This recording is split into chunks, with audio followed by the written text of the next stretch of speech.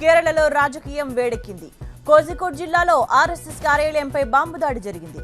దీంతో కేరళలో ఒక్కసారిగా పరిస్థితి ఉద్రిక్తంగా మారింది. ఈ దాడి వెనుక ప్రభుత్వ కుట్ర ఉందంటూ వెంటనే కౌంటర్ ఇచ్చారు ఆర్ఎస్ఎస్ కార్యకర్తలు. కొంతకాలంగా తమ కార్యకర్తలను లక్ష్యంగా చేసుకుని దాడులు చేస్తున్న ప్రభుత్వం మరోసారి ఈ ఘాతుకానికి పాల్పడిందని ఆర్ఎస్ఎస్ కార్యకర్తలు ఆరోపిస్తున్నారు. విజయన్ తల నరికేసిన వారికి ₹1 నజరానా ఇస్తానని సంచలన వ్యాఖ్యలు చేశారు ఉజ్జయినికి చెందిన ఆర్ఎస్ఎస్ నేత కుందన్ చంద్రావత్. అందుకోసం తన ఆస్తులను అమ్ముకునేందుకైనా సిద్ధమని వ్యాఖ్యానించారు. కేరళలో ఆర్ఎస్ఎస్ కార్యకర్తల హత్యలకు సీఎం విజయనే కారణమని ఆరోపించారు చంద్రావత్. ఆర్ఎస్ఎస్ బెదిరింపులపై కేరళ సీఎం పినరయి విజయన్ స్పందించారు. గతంలోనూ ఎంతో మందిని ఆర్ఎస్ఎస్ చంపేసిందని విమర్శించారు సీఎం. ఇలాంటి పనులు వారికి అలవాటేనని ఎద్దేవా చేశారు.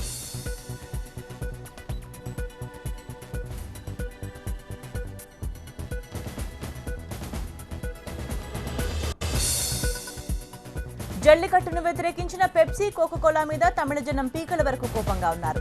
ఈ రెండు కంపెనీలకు తమిళ భరణి నది నీటిని ఇవ్వడాన్ని తీవ్రంగా వ్యతిరేకిస్తున్నారు. అయితే తమిళనాడు హైకోర్టు ఈ రెండు కంపెనీలు తమిళ భరణి నీటిని వాడుకోవచ్చని తీర్పు ఇచ్చింది.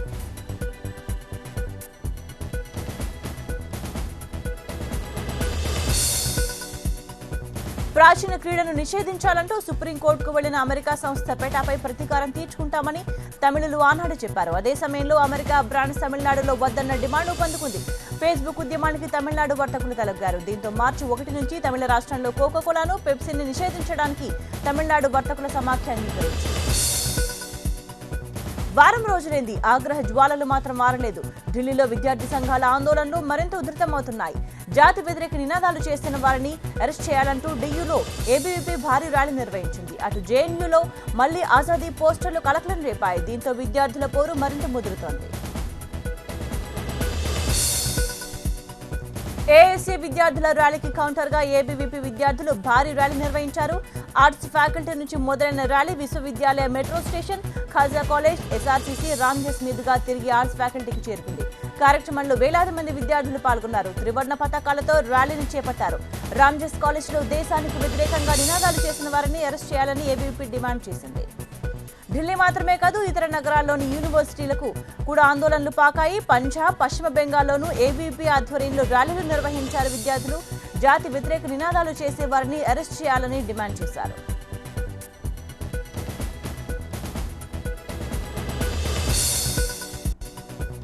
అసహన పరులకు భారత్లో చోటు ఉండకూడదన్నారు రాష్ట్రపతి ప్రణబ్ ముఖర్జీ. పురాతన కాలం నుంచి మన దేశం స్వేచ్ఛాయుత ఆలోచనలకు, భావ ప్రకటనకు నిలయమన్నారు. విశ్వవిద్యాలయాల్లో విద్యార్థులు, అధ్యాపకులు అర్థవంతమైన చర్చల్లో పాల్గొనాలి కానీ అశాంతిని రాజేయరాదన్నారు.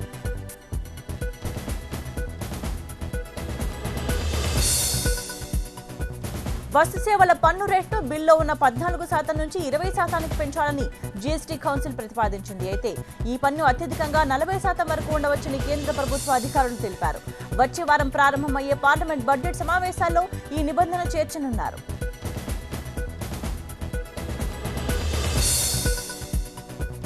ముంబై కార్పొరేషన్ ఎన్నికల్లో ఏ పార్టీకి స్పష్టమైన మెజారిటీ రాకపోవడంతో పరిస్థితి అయోమయంగా తయారైంది. దీంతో మేయర్ ఎన్నికలో శివసేనకు మద్దతు అందించేందుకు ఎంఎన్ఎస్ చీఫ్ రాజ్ ఠాక్రే సుముఖంగా ఉన్నట్టు తెలుస్తోంది. ఎన్నికల ముందు పొత్తుపై రాజ్ ప్రతిపాదనను ఉద్ధవ్ తోసిపుచ్చారు. అయితే మరాఠీల సంక్షేమం కోసం శివసేనకు మద్దతు ఇవ్వనున్నట్టు తెలుస్తోంది. సముద్ర ఉపరితల లక్ష్యాలు ఛేదించడంలో భారత్ మరో ముందడుగు వేసింది. ప్రాజెక్టు 75 ద్వారా నిర్మించిన స్కార్పియో తరగతి కల్వరి జలాంతర్గామి నుంచి తొలిసారి నావికాదళం ప్రయోగించిన నౌకా విధ్వంసక క్షిపణి ఉపరితలంలోని లక్ష్యాలను విజయవంతంగా ఛేదించింది.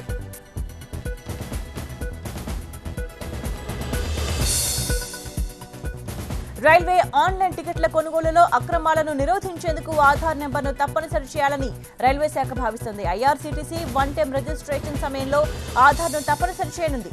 దీనివల్ల బల్క్ టికెట్ల బుకింగ్లను అరికట్టడంతో పాటు మరొకరి పేరుతో టికెట్ బుకింగ్ చేయడాన్ని కూడా అడ్డుకోవచ్చని భావిస్తున్నారు రైల్వే అధికారులు. గుజరాత్ కు చెందిన హోంమంత్రిపై ఓ వ్యక్తి బూట్తో దాడి చేశాడు. అసెంబ్లీ బయట మంత్రి విలేకరులతో మాట్లాడుతుండగా గోపాల్ ఇటాలియా అనే వ్యక్తి బూట్తో దాడి చేశాడు. అయితే అతడు విసిరిన బూటు మంత్రిని తాకలేదు. ఆ తర్వాత భద్రతా సిబ్బంది గోపాల్ను అదుపులోకి తీసుకున్నారు.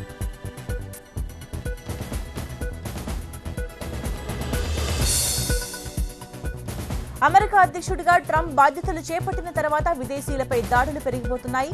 తాజాగా భారత సంతతికి చెందిన ఎక్తా దేశాయ్ అనే మహిళా ఉద్యోగిని ఓ అమెరికన్ అసభ్య పదజాలంతో దూషించాడు. దీనికి సంబంధించిన వీడియోను ఫేస్బుక్ లో పోస్ట్ చేసింది బాధితురాలు.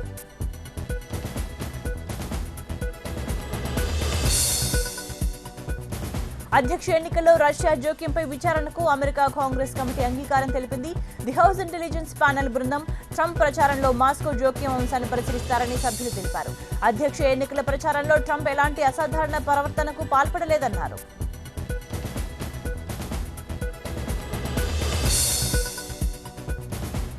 దక్షిణ టర్కీలో గురువారం భూకంపం సంభవించింది. రిక్టర్ స్కేల్పై 5.6గా నమోదైంది. భూకంపం ధాటికి భవనాలు నేలమట్టం కావడంతో పలువురు గాయపడ్డారు. మొత్తం 4 సార్లు భూమి కంపించినట్టు అధికారులు తెలిపారు. సమద్, గజియాన్టేప్, కిలిస్ తదితర ప్రాంతాల్లో భూకంపం సంభవించింది. దీంతో జనం భయంతో వణికిపోయారు. హైదరాబాద్లోని హుమాయూన్ నగర్ ప్రాంతంలో పోలీసులు కార్డన్ సర్చ్ నిర్వహించారు.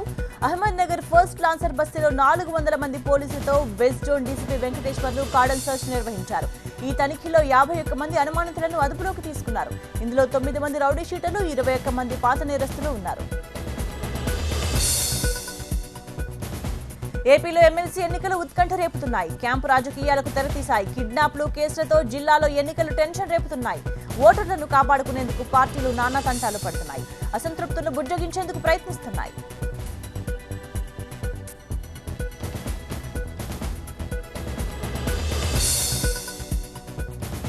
పశ్చిమ గోదావరి జిల్లాలో 2 సీట్లకు టీడీపీ నుంచి 2 అభ్యర్థులు పోటీలో ఉన్నారు.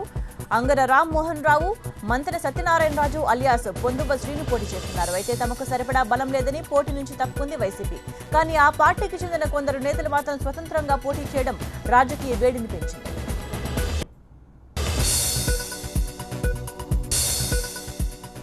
నవ్యాంధ్ర రాజధానిలో మరో చారిత్రక ఘట్టం ఆవిష్కృతమైంది. ఏపీ పాలనా యంత్రాంగం బాటలోనే అసెంబ్లీ సైతం అమరావతి బాట పట్టింది. వెలగపూడిలో నిర్మించిన నూతన అసెంబ్లీ భవనాన్ని ముఖ్యమంత్రి చంద్రబాబు ప్రారంభించారు. నిన్న ఉదయం 11:25 స్విచ్ నొక్కి ఆవిష్కరించారు చంద్రబాబు. వెలగపూడిలోని తాత్కాలిక సచివాలయ ప్రాంగణంలోని 6వ బ్లాక్లో అసెంబ్లీ, మండలి భవనాలు నిర్మించారు. 1వ బ్లాక్లో సీఎం ఆఫీస్ ఉంటుంది. దానికి ఎదురుగానే అసెంబ్లీ భవనాన్ని నిర్మించారు. అసెంబ్లీ భవనం ప్రారంభించిన తర్వాత సీఎం చంద్రబాబు సభా ప్రాంగణాన్ని పరిశీలించారు. స్వయంగా సీట్లో కూర్చుని కంఫర్ట్ ను పరిశీలించారు. శాసన మండలి భవనాన్ని ప్రారంభించిన తర్వాత సీఎం చంద్రబాబు ప్రత్యేక పూజలు నిర్వహించారు. ఆ తర్వాత మండలి భవనాన్ని పరిశీలించారు. మండలి చైర్మన్ చక్రపాణితో కలిసి సీట్లో కూర్చున్నారు. మండలి భవనంలో సీటింగ్ ఎలా ఉందో స్వయంగా పరిశీలించారు.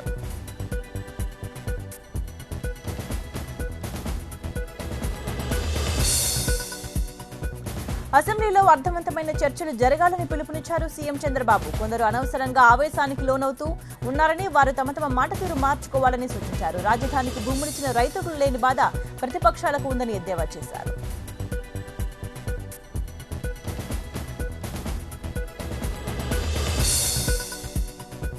అసెంబ్లీ ప్రారంభోత్సవానికి ప్రతిపక్ష నేతలు హాజరు కాకపోవడం వివాదంగా మారింది. కార్యక్రమంలో పాల్గొనాలని అన్ని పార్టీల నేతలను పిలిచామని ముఖ్యమంత్రి చంద్రబాబు, శాసనసభ వ్యవహారాల మంత్రి యనమల చెప్తున్నారు. అయితే అధికార టీడీపీ వ్యాఖ్యలను ఖండించిన వైసీపీ అసలు తమను ఎవరూ ఆహ్వానించలేదంటోంది.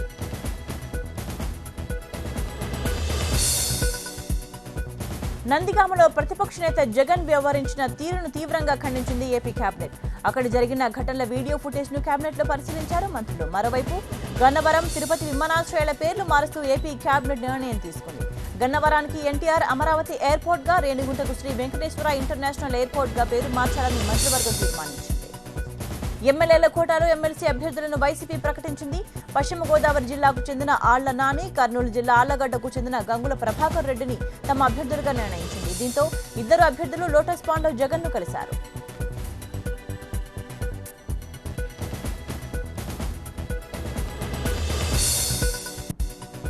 విజయవాడలో వైసీపీ ఆందోళన ఉద్రిక్తతకు దారితీసింది. జగన్ పై అక్రమ కేసులు బనాయించారని ఆరోపిస్తూ బెజవాడ లెనిన్ సెంటర్లో ధర్నా చేశారు నేతలు. విజయవాడ నగర అధ్యక్షుడు బెల్లంపల్లి శ్రీనివాస్ ఆధ్వర్యంలో నిరసన తెలిపారు. దీన్ని అడ్డుకున్నారు పోలీసులు. పలువురిని అరెస్ట్ చేసి అక్కడి నుంచి తరలించారు.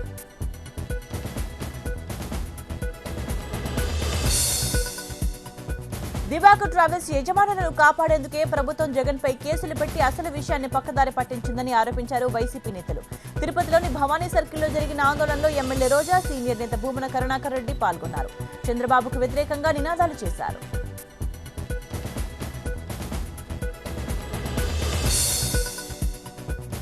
ఏపీలో ఐఏఎస్ ఆఫీసర్లు టీడీపీకి వత్తాసు పలుకుతున్నారని ఆరోపించింది ప్రతిపక్ష వైసీపీ.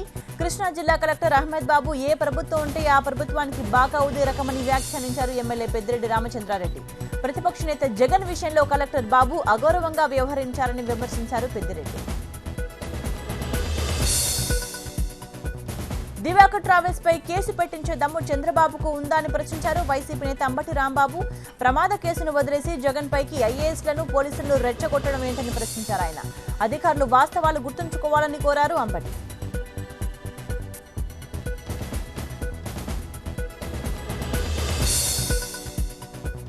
ఏపీలోని వ్యవస్థలన్నీ నాశనమైపోయాయన్నారు వైసీపీ సీనియర్ నేత ఎమ్మెల్సీ ఉమ్మారెడ్డి వెంకటేశ్వర్లు. ప్రభుత్వానికి మద్దతుగా ఉండే అసోసియేషన్ల వల్ల వాటి విలువ పోతోందన్నారు. బస్ ప్రమాదంలో చనిపోయిన వారిలో ఒక్కొక్కరికి ఒక్కో విధంగా ఎక్స్‌గ్రేషియా ఇవ్వడం ఏంటని ప్రశ్నించారు ఉమ్మారెడ్డి.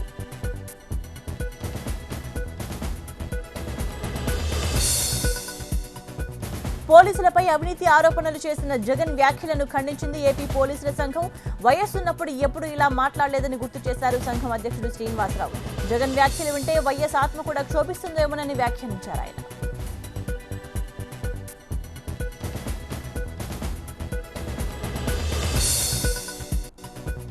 కర్నూలు లోక్సభ నియోజకవర్గం పరిధిలో తీవ్రమైన తాగునీటి సమస్య ఏర్పడిందన్నారు మాజీ కేంద్ర మంత్రి కోట్ల సూర్యప్రకాష్ రెడ్డి. తుంగభద్ర ప్రాజెక్టు ద్వారా తీసుకున్న 9 టీఎంసీలో వాటాను వివరించాలన్నారు ఆయన. తుంగభద్ర నీటిని అక్రమంగా ఇతర ప్రాంతాలకు తరలిస్తున్నారని ఆరోపించారు కోట్ల.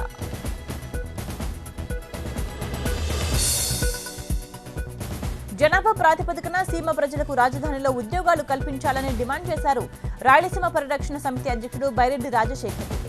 ఈ 2.5 ఏళ్లు కృష్ణా, గుంటూరు జిల్లాల వారికి ఉద్యోగాలను ధారాదత్తం చేశారన్నారు. సీమకు అన్యాయం చేస్తూ శ్రీశైలంలో నీళ్లు తోడేస్తున్నా జగన్ ఎందుకు మాట్లాడడం లేదని ప్రశ్నించారు బైరెడ్డి. ఏపీ ఎంపీలంతా మోదీ ఇంటి ముందు ధర్నా చేయాలంటోంది ప్రత్యేక హోదా సాధన సమితి. హోదా ఉద్యమ కార్యాచరణపై చర్చించేందుకు గుంటూరులో రౌండ్ టేబుల్ భేటీ జరిపారు. ఉద్యమంపై త్వరలో ప్రత్యేక గీతాలు విడుదల చేస్తామన్నారు చలసాని. జగన్, పవన్ కళ్యాణ్ 2019 వరకు ఆగకుండా పోరాటం చేయాలని పిలుపునిచ్చారు ఆయన.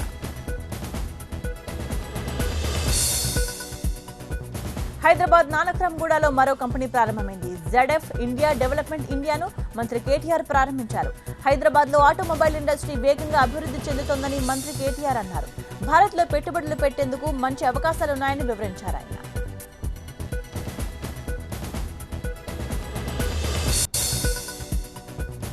నిజామాబాద్ జిల్లా బాన్సువాడ నియోజకవర్గంలో మిషన్ భగీరథపై సమీక్ష నిర్వహించారు మంత్రి పోచారం శ్రీనివాస్ రెడ్డి. మిషన్ భగీరథ అధికారులతో పాటు సర్పంచ్లు, ఎంపీటీసీలు రివ్యూలో పాల్గొన్నారు. ఈ సందర్భంగా బాన్సువాడ, జుక్కల్, బోధన్, ఎల్లారెడ్డి నియోజకవర్గాల్లో సగం గ్రామాలకు సింగూరు నుంచి నీరు అందిస్తామన్నారు పోచారం.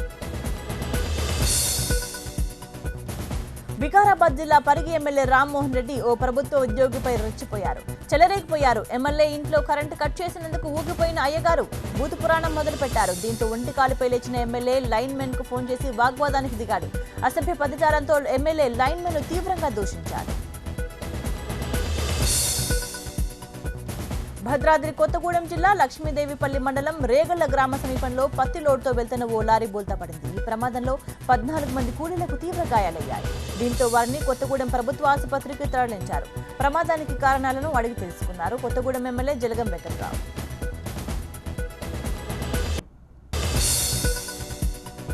తెలంగాణలో మొట్టమొదటి ఎమ్మెల్యే క్యాంప్ ఆఫీస్ పరకాలలో ప్రారంభమైంది.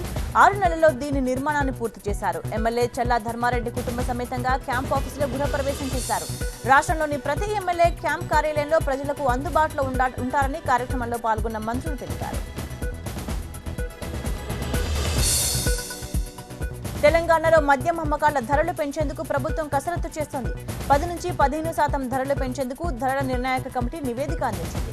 ఏప్రిల్ నుంచి కొత్త ధరలు అమల్లోకి వచ్చే అవకాశం ఉంది. మద్యం ధరల పెరుగుదల ద్వారా 2,500 కోట్ల రూపాయల అదనపు నిధులు అదనంగా వస్తాయని అంచనా వేస్తున్నారు. గులాబీ దళంలో నామినేటెడ్ సందడి నెలకొంది. పదవుల జాతర మొదలు కావడంతో రాజధానిలో నాయకుల తాకిడి పెరిగింది. ఒక్క ఛాన్స్ ఇవ్వాలంటూ 31 జిల్లాల టీఆర్ఎస్ నాయకులు హైదరాబాద్ లో మకాం వేశారు. సీఎం నుంచి మంత్రుల దృష్టిలో పడేందుకు పడరాని పాటలు పడుతున్నారు.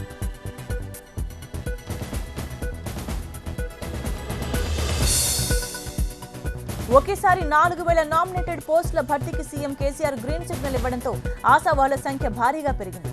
నామినేటెడ్ పదవుల కోసం వచ్చే వారితో హైదరాబాద్ మినిస్టర్ క్వార్టర్స్ దగ్గర నాయకుల తాకిడి పెరిగింది. ఉద్యమకాలం నుంచి పార్టీలో ఉన్న నాయకులు ఏకంగా సీఎంను కలిసేందుకు విశ్వ ప్రయత్నాలు చేస్తున్నారు. తెలంగాణ రోడ్డు భవనాల శాఖ మంత్రి తుమ్మల నాగేశ్వరరావు భద్రాద్రి కొత్తగూడెం జిల్లాలో సుడిగాలి పర్యటన చేశారు. పినపాక మండలం మైలాపురంలో నిర్మాణంలో ఉన్న డబుల్ బెడ్రూమ్ ఇళ్లను పరిశీలించారు. మనుగూరు మండలంలోని రేగులగండి చెరువు లిఫ్ట్ కెనాల్కు 1,60,00,000 రూపాయలతో చేపట్టే పనులకు భూమి పూజ చేశారు. తెలంగాణ కాంగ్రెస్ నేతలకు చురకలు అంటించారు. రాష్ట్ర కాంగ్రెస్ వ్యవహారాల ఇన్ఛార్జ్ దిగ్విజయ్ సింగ్ మనలో మనం పోట్లాడుకోవద్దని, ప్రభుత్వ ప్రజా వ్యతిరేక విధానాలపై పోరాటం చేయాలని సలహా ఇచ్చారు. అందరూ విభేదాలు పక్కన పెట్టి 2019లో కాంగ్రెస్ పార్టీ అధికారంలోకి వచ్చేలా కృషి చేయాలని సూచించారు.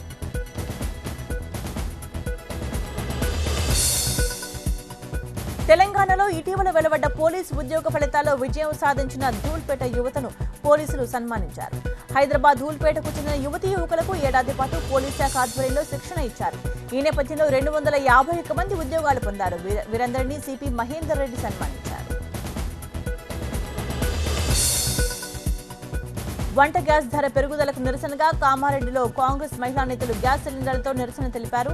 కట్టెల పొయ్యిపై వంట చేస్తూ కేంద్ర ప్రభుత్వానికి వ్యతిరేకంగా నినాదాలు చేశారు. బీజేపీ అధికారంలోకి వచ్చాక మధ్యతరగతి బతుకులతో ఆడుకుంటోందన్నారు మహిళా కాంగ్రెస్ నేతలు.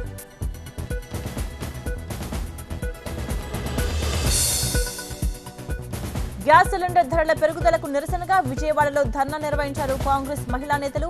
ఆంధ్రరత్న భవన్ ఎదుట కేంద్రం దిష్టిబొమ్మను తగలబెట్టారు. అనంతరం గ్యాస్ సిలిండర్ను పాడపై ఊరేగిస్తూ నిరసన తెలిపారు.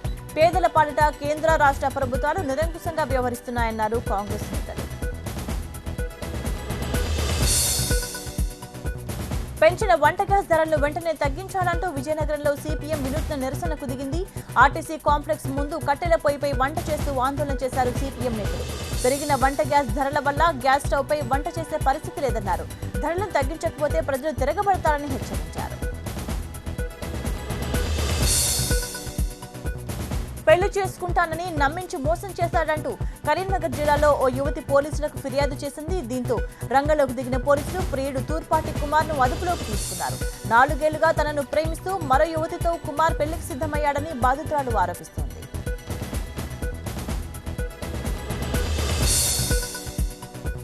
ఆంధ్రప్రదేశ్లో నిషేధమున్న ఖైనీ గుట్కా ప్యాకెట్లు యథేచ్ఛగా పక్క రాష్ట్రం ఒడిశా నుంచి గుట్టు చప్పుడు కాకుండా తరలివస్తున్నాయి. తాజాగా ఇచ్చాపురంలో ఖైనీ లోడ్తో వెళ్తున్న ఓ వాహనాన్ని పోలీసులు పట్టుకున్నారు. వీటి విలువ 8 లక్షల వరకు ఉంటుందని అంచనా వేస్తున్నారు. ఈ కేసులో 2 అదుపులోకి తీసుకున్నారు.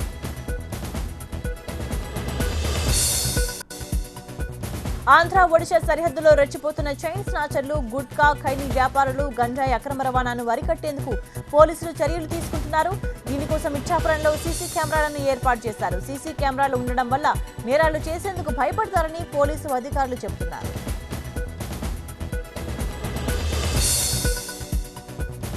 తాగుబోతు డ్రైవర్లు ప్రజల ప్రాణాలు తీస్తున్నారు. తాజాగా ప్రకాశం జిల్లాలో ఎస్వీఎల్టీ బస్ డ్రైవర్ తప్పతాగి వాహనం నడిపి విద్యార్థుల ప్రాణాల మీదకు తెచ్చారు. విహారయాత్రకు వెళ్లి వస్తున్న విద్యార్థుల బస్సు లోయలో పడింది. ఈ ప్రమాదంలో 40 మంది విద్యార్థులకు తీవ్ర గాయాలయ్యాయి.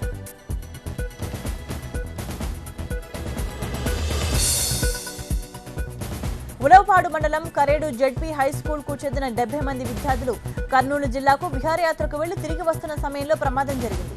పెద్ద అలవలపాడు దగ్గర బస్ రైలింగ్ నుండి ఢీకొని లోయలో పడింది. డ్రైవర్ తప్పతాగి వాహనం నడపడంతోనే ప్రమాదం జరిగిందని వైద్యులు, పోలీసులు నిర్ధారించారు. నెల్లూరు జిల్లా డీవీ సత్రం మండలం నేలబల్లి దగ్గర హైవేపై 2 బస్సులు ఢీకొన్నాయి. ఫాక్స్కాన్ సెల్ కంపెనీ స్టాఫ్ బస్సును వెంకటరమణ ట్రావెల్స్ బస్సు ఢీకొట్టింది. దీంతో 15 మంది ఫాక్స్కాన్ సెల్ కంపెనీ సిబ్బందికి గాయాలయ్యాయి. వారిని చికిత్స కోసం నాయుడుపేట ఆసుపత్రికి తరలించారు.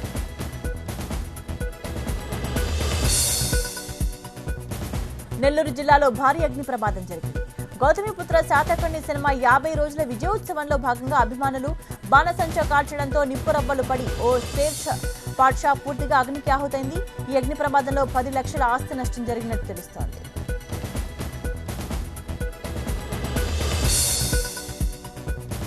పశ్చిమ గోదావరి జిల్లా గోపాలపురం మండలం పెద్దగూడెంలో అగ్ని ప్రమాదం జరిగింది. 7 ఇళ్లు దగ్ధమయ్యాయి. మంటల్లో 3 గ్యాస్ సిలిండర్లు పేలాయి. ఫైర్ సిబ్బంది మంటలు ఆర్పుతున్నారు. చుట్టుపక్కల కూడా చాలా పూరిలు ఉండడంతో స్థానికులు భయంతో ఇళ్ల నుంచి పరుగులు తీశారు.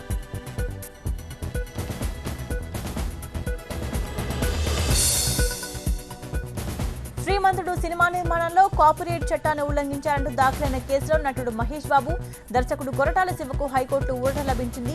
జనవరి 24వ తేదీన నాంపల్లి కోర్టు జారీ చేసిన ఉత్తర్వులను నిలిపివేసింది.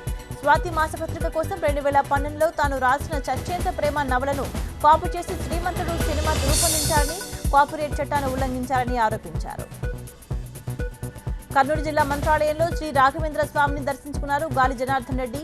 కుటుంబ సమేతంగా ఆయన స్వామిని దర్శించుకున్నారు. మొదటగా గ్రామ దేవత మంచాలమ్మను దర్శించుకుని ఆ తర్వాత రాఘవేంద్ర స్వామిని మూల బృందావనానికి ప్రత్యేక పూజలు నిర్వహించారు.